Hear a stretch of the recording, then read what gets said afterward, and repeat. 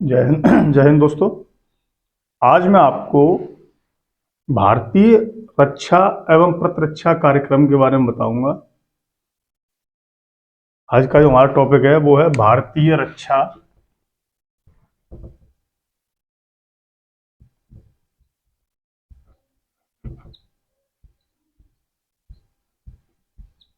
एवं प्रतिरक्षा कार्यक्रम।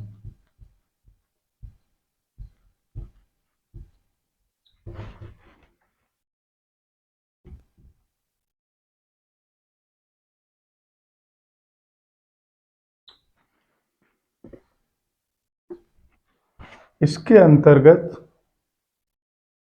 भारत की सेनाएं, भारतीय सेना, भारतीय एयरफोर्स और भारतीय नौसेना, एयरफोर्स को वायुसेना भी कहते हैं।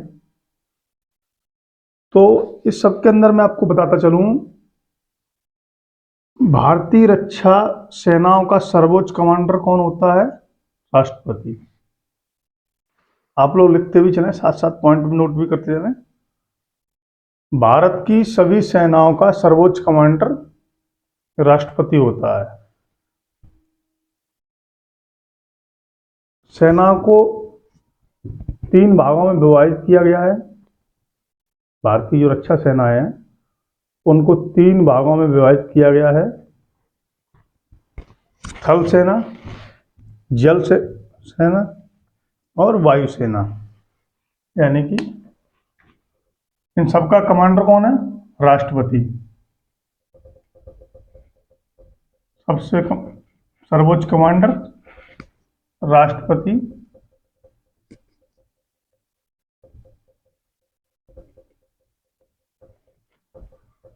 और इसके अंडर में 3 सेनाएं कौन सी हैं? थल सेना फर्स्ट, सेकंड जल सेना और थर्ड वायुसेना।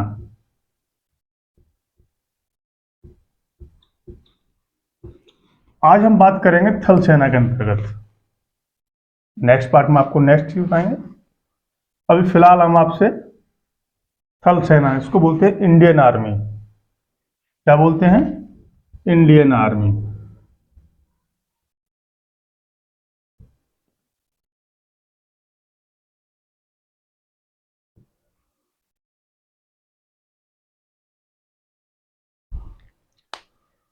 हम सभी लोगों को एक बात अपने जहन में अच्छी तरह से उतारनी है कि हमें भारतीय जवान की, अपने देश के सैनिक का सम्मान करना है हर हालत में, हर जगह। क्योंकि एक सैनिक के ही दम पर, सेना के ही दम पर आज हम सुरक्षित अपने घरों में सोते हैं। इसलिए सेना का सम्मान बहुत जरूरी है। देखिए, भारतीय सेना का उद्भव ईस्ट इंडिया कंपनी के समय गश्ती दल के रूप में हुआ था। कब हुआ था? गश्ती दल के रूप में ईस्ट इंडिया कंपनी के समय में। भारतीय थल सेना संख्या की दृष्टि में विश्व में चौथा स्थान रखती है। ये महत्वपूर्ण है, लिखिए आप। भारतीय थल सेना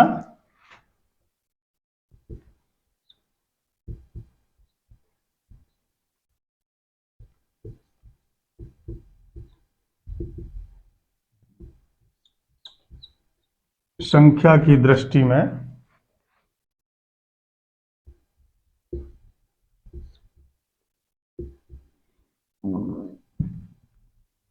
चौथा स्थान, 4th स्थान रखती है, स्थान है।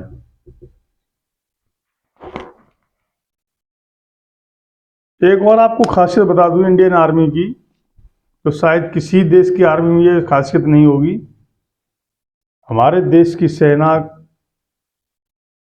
या सैनिक, उनको आप 8 दिन तक खाना भोजन मत दो, कोई दिक्कत नहीं। एक मुट्ठी भर चना दे दो उनको, एक बोतल पानी दे दो, उसके साथ उतना ही खाकर वो जंग लड़ सकते हैं पूरे पूरे दिन। 8 दिन तक तो वो ऐसे ही काट देंगे। और चाइना की फौज को सुबह चाय नहीं मिला तो हॉस्पिटल पहुंच जाएंगे। ये है भारतीय सेना की खासियत। भारतीय सेना अत्यंत दुर्गम इलाकों में भी काम करती है और लोगों के दुख में भी काम आती है। जैसे अभी आपने देखा था, ये उत्तराखंड में त्रासदी हुई थी, वो जो केदारनाथ की घटना हुई थी, समय भारतीय सेना ने अदम्य साहस का कार्य किया और भरसक प्रयास किया लोगों को बचाने का। तो हमारी इंडियन आर्मी का मुख्यालय कहां पर है? नई दिल्ली। हेडक्वार्टर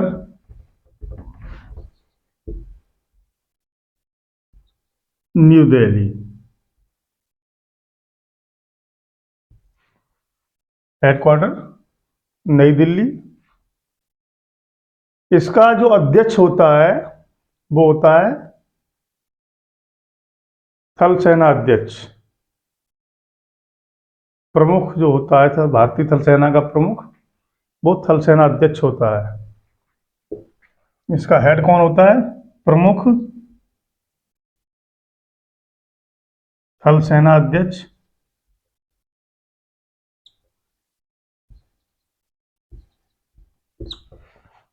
इसके अंडर में एक उपाध्यक्ष,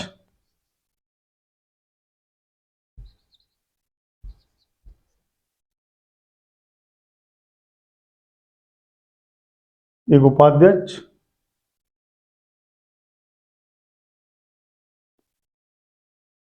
ऐसे लिख लें, उप सेना अध्यक्ष। उप सेना अध्यक्ष।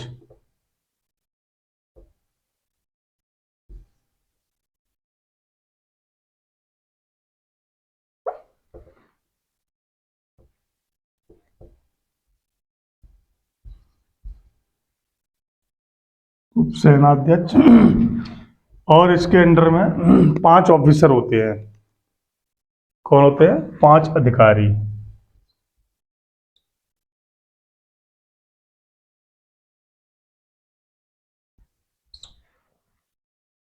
इस तरीके से पूरी कड़ी बनती जाएगी। क्या बनती जाएगी? एक कड़ी बनती जाएगी। भारतीय थल सेना 6 कमान क्षेत्रों में वर्गीकृत है। कितने कमान क्षेत्रों में वर्गीकृत है? 6।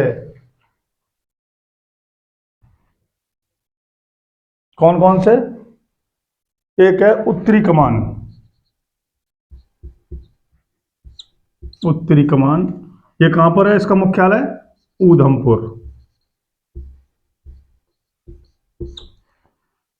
क्या हो गया? दूसरा है दक्षिणी। दूसरी कमान है हमारी दक्षिणी। ये कहाँ है? पुणे। तीसरी है पूर्वी।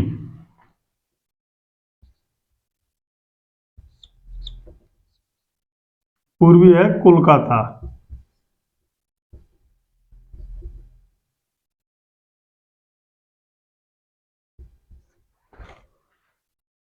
लेकिन अभी कलकत्ता भी लिख सकते हैं इसको, कलकत्ता,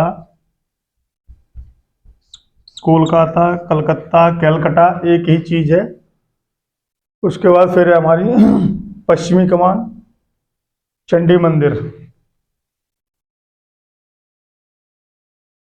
पश्चिमी कमान हमारी आर्मी की चंडी मंदिर।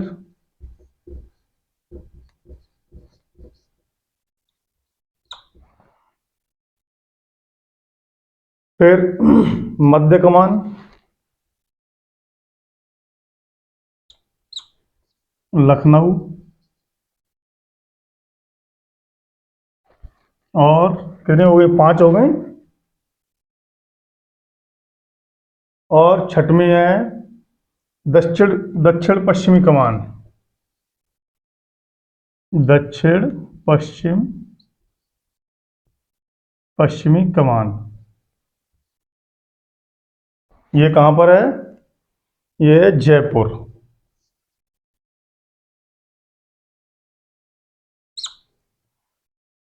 और एक और है इसमें अभी, ट्रेनिंग कंपाउंड। ट्रेनिंग कंपाउंड है वो शिमला में है। यहां लिख देता हूं मैं, ट्रेनिंग कंपाउंड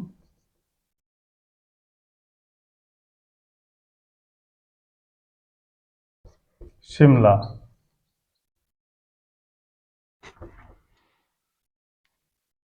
अब देखिए सैन्य रूपरेखा क्या होती है, सेना की रूपरेखा क्या होती है वो भी मैं आपको बता दूं।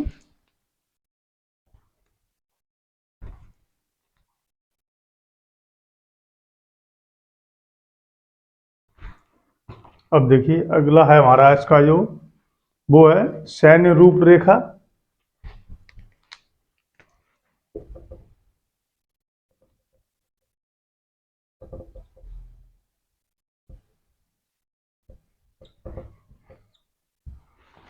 सैन्य रूपरेखा में क्या होता है, यानी सेना की रूपरेखा में एक कम होता है सेक्शन। क्या होता है, सबसे पहले एक सेक्शन, सेना कितने भागों में विभाजित होती है, सेक्शन।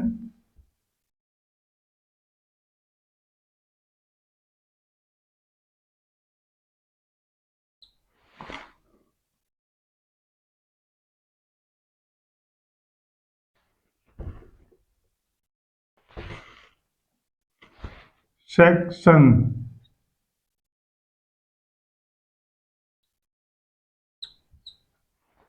पहला होता है सेक्शन, दूसरा होता है प्लाटून,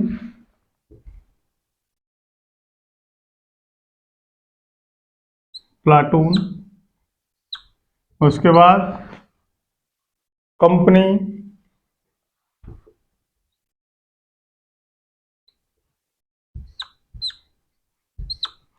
कंपनी या बटालियन,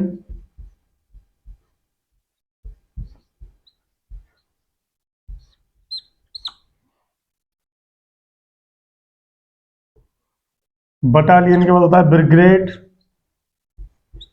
ब्रिगेड,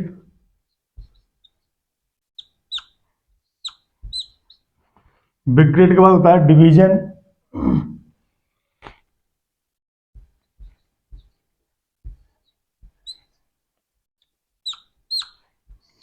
और डिवीजन के बाद होता है कोर।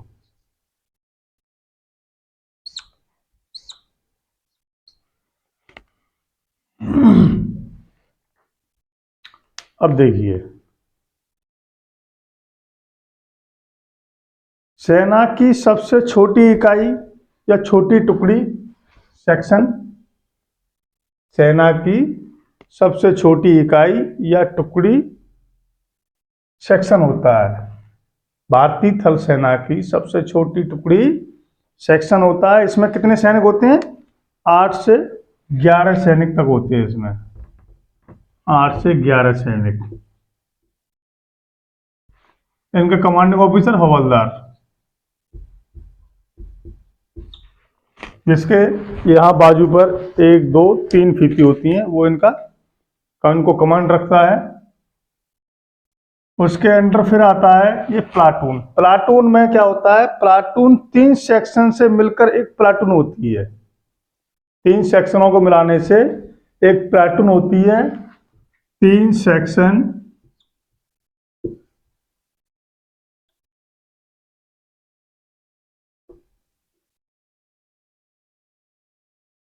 तीन सेक्शन प्लस करके 3 सेक्शन से एक प्लाटून, 3 सेक्शन से एक प्लाटून। और इसका कमांडिंग ऑफिसर जेसीओ। इसको कौन कमांड करता है, जेसीओ। जेसीओ मतलब होता है junior division officer, junior commission officer.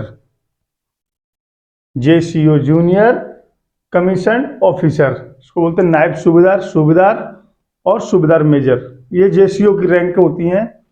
एक स्टार सेना की या चिंदी होती है लाल पीली, उस चिंदी के साथ में 1 स्टार है तो जेसीओ है, नायब सूबेदार है। 2 स्टार है तो सूबेदार है। और अगर यहाँ कंधे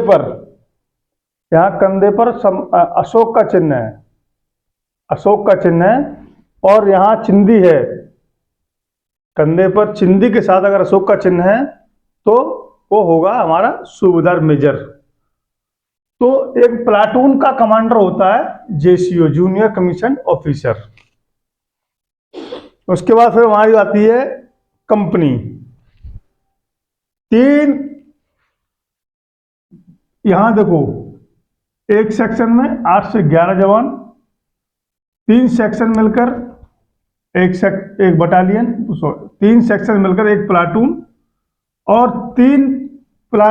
प्लाटून मिलकर 3 प्लाटून मिलकर एक कंपनी गठित की जाती है। 3 प्लाटून से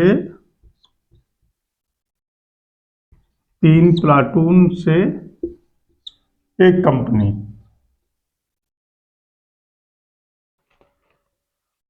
3 प्लाटून से एक कंपनी बनती है, और जो कंपनी बनती है उसका अधिकारी होता है कमीशन्ड ऑफिसर। का अधिकारी कौन होता है? Commissioned officer.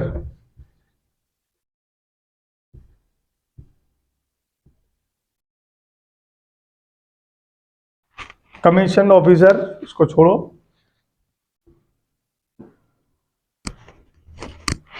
जो कमीशन ऑफिसर वो होता है जो सेना में डायरेक्ट कमीशन लेके भर्ती होता है।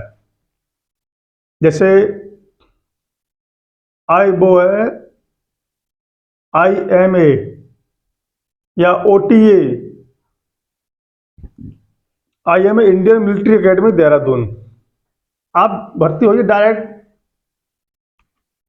लेफ्टिनेंट, कैप्टन, कैप्टन, इन रैंकों से भर्ती होती है। लेफ्टिनेंट रैंक से भर्ती होती है, लेफ्टिनेंट कैप्टन रैंक से। लेफ्टिनेंट कैप्टन की क्या पहचान होती है? यहाँ कंधे पर चिंदी नहीं होगी, चिंदी बोलते हैं उसको, लाल पीली चिंदी होती है सेना की, वो नहीं होगी। डायरेक्ट 2 स्टार होंगे, वो है आपका वो लेफ्टिनेंट कैप्टन। अगर 3 स्टार हैं विदाउट चिंदी के, 3 स्टार हैं, तो वो हो गया आपका कैप्टन। तो ये, और अगर हाँ डायरेक्ट अशोक स्तंभ है कंधे पर, कंधे पर अशोक स्तंभ है, तो मेजर। क्या होता है? मेजर। तो एक कंपनी को कमांड करने के लिए कमीशन ऑफिसर होता है, वो चाहे लेफ्टिनेंट कैप्टन रैंक का हो, या कैप्टन रैंक का हो, या मेजर रैंक का हो। उसके बाद आती है बटालियन। बटालियन क्या होती है? 4 कंपनियों को मिलाकर एक बटालियन गठित की जाती है। देखिए, 3 सेक्शन से एक प्लाटून, 3 प्लाटून से एक कंपनी, और 4 कंपनी से 4 कंपनी से एक बटालियन।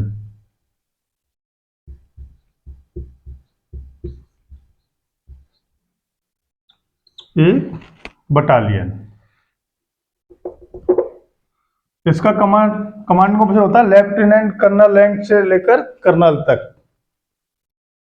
लेफ्टिनेंट कर्नल से कर्नल तक इसको कमांड करता है लेफ्टिनेंट कमांड, इसको बोलते हैं CO।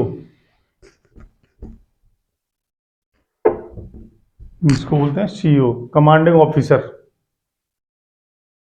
आपके पुलिस का CO नहीं, पुलिस का CO तो सर्कल इंस्पेक्टर, सर्कल ऑफिसर होता है। ये सेना का CO होता है, इसको बोलते हैं कमांडिंग ऑफिसर। जो लेफ्टिनेंट कमांडर, इसको लेफ्टिनेंट कर्नल या कर्नल रैंक होती है। लेफ्टिनेंट कर्नल रैंक क्या होती है? एक अशोक स्तंभ होगा कंधे पर, एक स्टार होगा, एक अशोक स्तंभ और एक स्टार। कर्नल रैंक क्या होती है? एक अशोक स्तंभ और 2 स्टार। ये कर्नल की रैंक होती है। और ये कंपनी एक लेफ्टिनेंट कर्नल या लेफ्टिनेंट कर्नल या कर्नल के अंडर में आती है कंपनी। उसके बाद होता है हमारा बटालियन। बटालियन हो गया। अब देखिए बटालियन के बाद आता है ब्रिगेड। ब्रिगेड क्या होता है? ब्रिगेड में 3 कंपनियां होती हैं। ब्रिगेड में 3 कंपनियां होती हैं, 3 कंपनियों के मिलाने से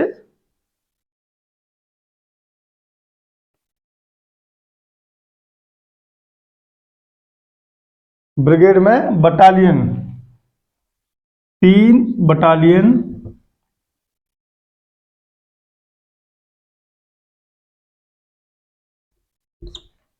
तीन बटालियन से एक ब्रिगेड।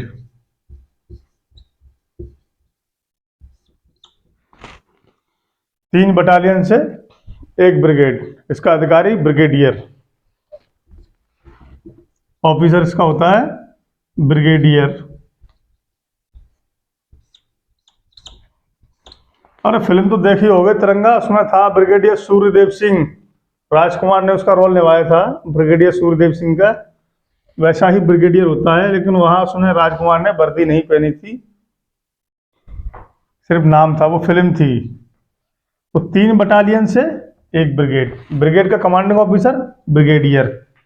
ब्रिगेडियर की रैंक होती है 1 अशोक स्तंभ कंधे पर और 3 स्टार, 1 अशोक स्तंभ और 3 स्टार से मिलाकर एक ब्रिगेडियर बनता है हमारा। अच्छा, उसके बाद फिर आती है हमारी डिवीजन, 3 डिवीजनों से, 3 बटालियनों से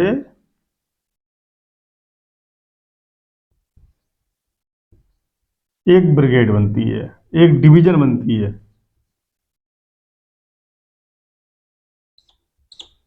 एक डिवीजन बनती है। और एक डिवीजन में क्या होता है, जो डिवीजन जो बनती है उसका जो अधिकारी होता है वो होता है मेजर जनरल। कौन होता है? Major general.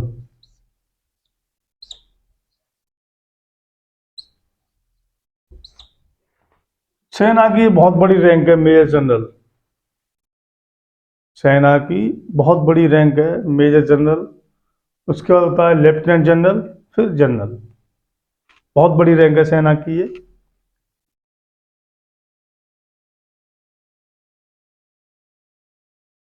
और फिर इसके बाद ये हो गया डिवीजन, फिर होता है कोर। कोर में क्या होता है, 2 या 3, 2 या 3 बटालियन से, डिवीजनों के मिलाने से, डिवीजनों के मिलाने से एक कोर बनती है। क्या बनती है? कोर। और इसका कमांडिंग ऑफिसर होता है लेफ्टिनेंट जनरल। कौन होता है? Lieutenant general.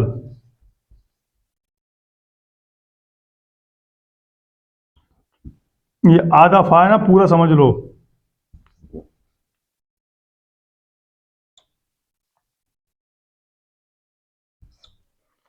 Lieutenant general. इस तरह से सेना इन भागों में बटी होती है, 1 2 3 4 5 6 7 भागों में सेना विभाजित होती है। ये सेना की रूपरेखा है, section, platoon, company, battalion, brigade, division और कोर। इसके बाद आपको आगे विस्तार से अगर आपको इसके बारे में जानना है तो मैं आपको बताऊंगा। इसके लिए आपको कमेंट करके बताना होगा कि आपको किस चीज़ के बारे में, सेना में क्या चीज़ जाननी है। तब तक के लिए आप अपना अध्ययन करिए। जय हिंद दोस्तों, धन्यवाद।